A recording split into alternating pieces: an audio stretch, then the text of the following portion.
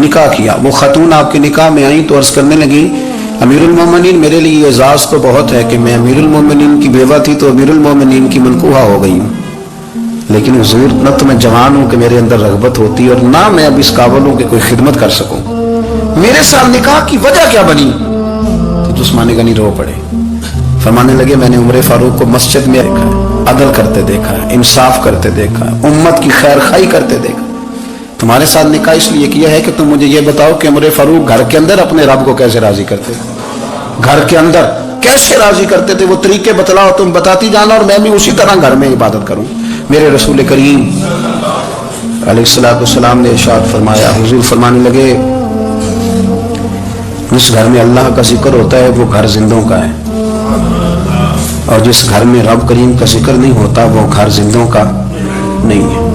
گھر نا ہم نا کتابوں میں پڑھتے ہیں کہ بزرگ کہتے ہیں، حضرت فضائل بن ایاز کہتے ہیں کہ میں ایک گلی سے گزر رہا تھا تو گھر کے اندر کسی قاری صاحب نے قرآن کی آیت پڑھ دی، وَلِمَنْ خَافَ مَقَامَ رَبِّهِ جَنَّتَانِ. میں تو میرے کانوں سے ٹکرائی تو اللہ نے میری کایا ہی پلٹ دی، میں توبہ کر گیا. اب گھر کے اندر سے آواز آئے تو صحیح نہ تلاوت کی، پر اندر سے آواز آتی نہیں ہے، ڈیک بجنے کی آواز آتی ہے یا ٹی وی چلنے کی آواز آتی ہے یا دھوم مچانے کی آواز آتی ہے. عبادت کا وہ جو خاص شوق تھا، وہ جو حسن تھا، وہ جو توانائی تھی، وہ جو بات تھی.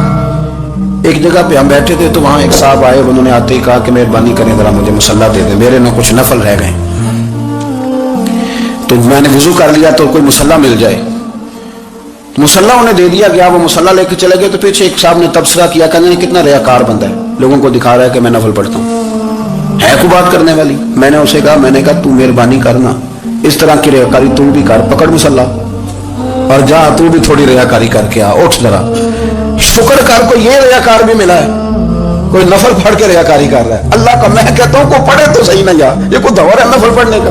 اس میں تو لوگوں کا مزاج ہی نہیں، طبیعت ہی نہیں. میں نے کہا چل مہربانی کر یہ لے مصلی اور تو بھی جا تھوڑی سی یا کاریا ریاکاری کرو تو صحیح نا، مزاج ہی نہیں. ذوق جمعے کی نماز پڑھ کے یوں دنیا بھاگتی ہے، او ہو پتہ نہیں کون سی پیچھے آگ تھی جو بجھائی جائے گی. اور آج تک لوگ مسئلہ پوچھ رہے ہیں کہ جمعے کی بعد والی سنتیں کتنی ہوتی ہیں. میں نے کہا کتنے سال ہو گئے جمعہ پڑھتے، کتنے سال ہو گئے، ابھی تک سنتوں کا نہیں پتا، ابھی تک نہیں علم کے پہلے کتنی رکھتے ہیں اور بعد میں کتنی رکھتے ہیں. فجر کی سنتیں کب پڑھنی چاہیے، سنو فجر کی سنتوں کے بارے میں. میرے رسول کریم سید عالم صلی اللہ تعالی علیہ وسلم سے ایک صحابی نے پوچھا تھا، حضور میری فجر کی سنتیں رہ گئیں یا رہ جاتی ہیں تو حکم کیا ہے، کیا انداز ہے حضور کا.